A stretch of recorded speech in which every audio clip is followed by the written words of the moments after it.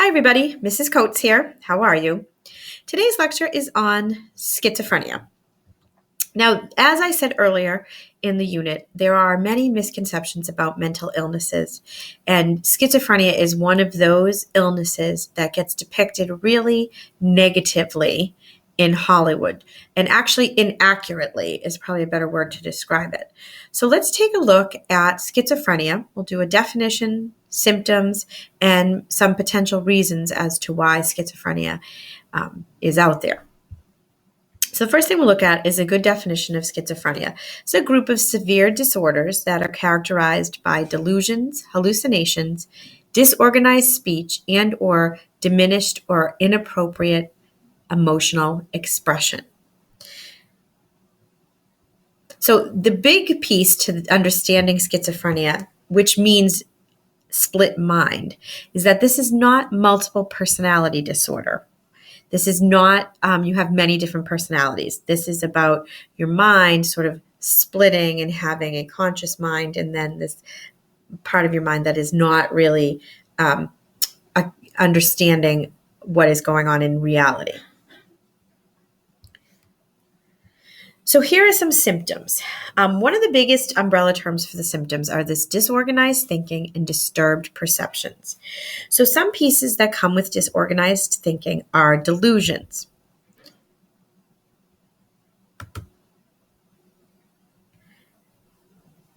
Delusions are ideas in which they do not have any place in reality. For example, you have a delusion of persecution.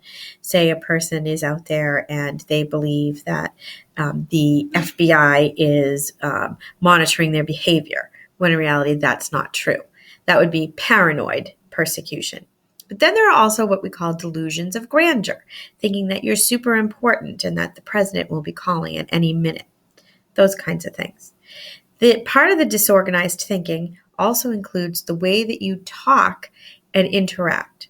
And one of the phrases that's used to describe that is the idea of a word salad, where you say real words, but those words don't make any sense. They don't form sentences. They don't form paragraphs. They don't form coherent thoughts. Another piece of disorganized thinking is hallucinations. Hallucinations, as you remember from our sensation and perception unit, is misrepresentations or completely made up sensations, seeing things or hearing things. Another piece is the breakdown in selective attention, the inability to focus on one person or one thing for any period of time. Now, any one of these things could be a symptom of anything, not necessarily schizophrenia, but these are symptoms of this illness. So the piece of inappropriate emotions or diminished emotions is also connected to symptoms of schizophrenia. So there are inappropriate emotions where you have a flat affect, for example. It doesn't fit the situation. Then there are inappropriate actions, for example, catatonia, which is where you're in this catatonic state where you have no reaction to anything. And then on the opposite end of that is disruptive social behavior, which, as you can imagine, is in society and your behavior is not what it should be. So how does schizophrenia develop and the onset of schizophrenia? Well, schizophrenia occurs in 1% to 2% of the entire world population. So this is it's out there, but it's not a huge percentage like depression is, for example. The disease has its onset in young adulthood, so it could be somewhere between 18 to 25. And once you have it, you have to treat it for your life. And so this is very concerning to people that this is something that they will have forever. And we will look at treatments in the next unit, and you'll see that there are lots of treatments for schizophrenia, and they're just beginning to scratch the surface on how they can help.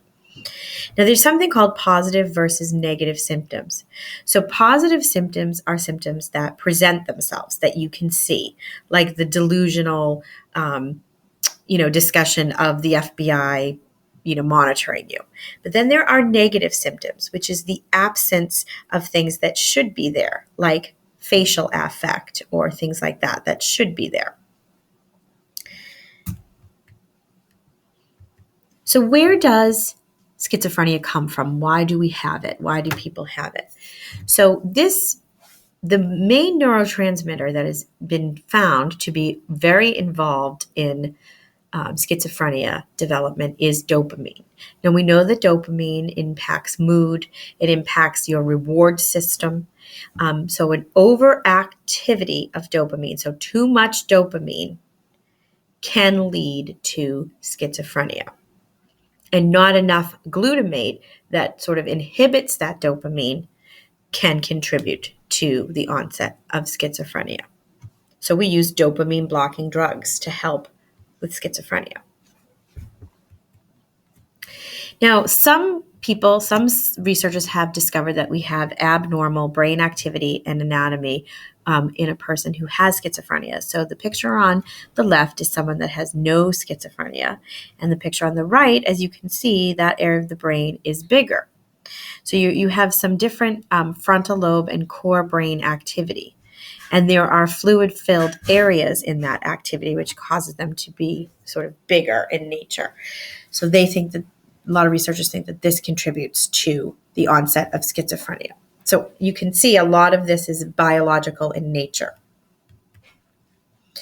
So one of the other pieces that is believed to contribute to schizophrenia is maternal virus during mid-pregnancy. So studies on a mother's activity and schizophrenia were done, and actually they are relatively recent, within the last 10 to 15 years.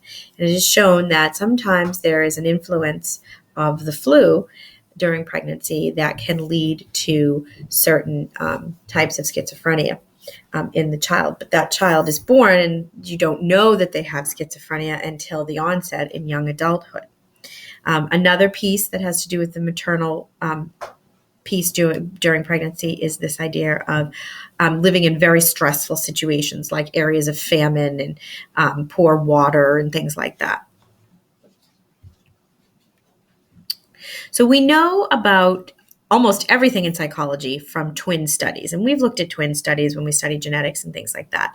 But the schizophrenia twin studies are fascinating. And we're going to look at it tomorrow in class about twins. One twin, several sets of twins. One twin has schizophrenia and the other twin doesn't.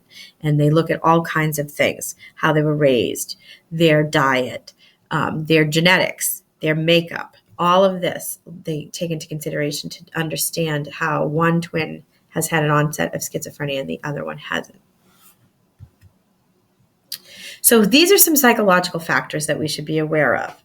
So if someone's mother was severely schizophrenic, that ups the chances of that onset of schizophrenia for that mother's child.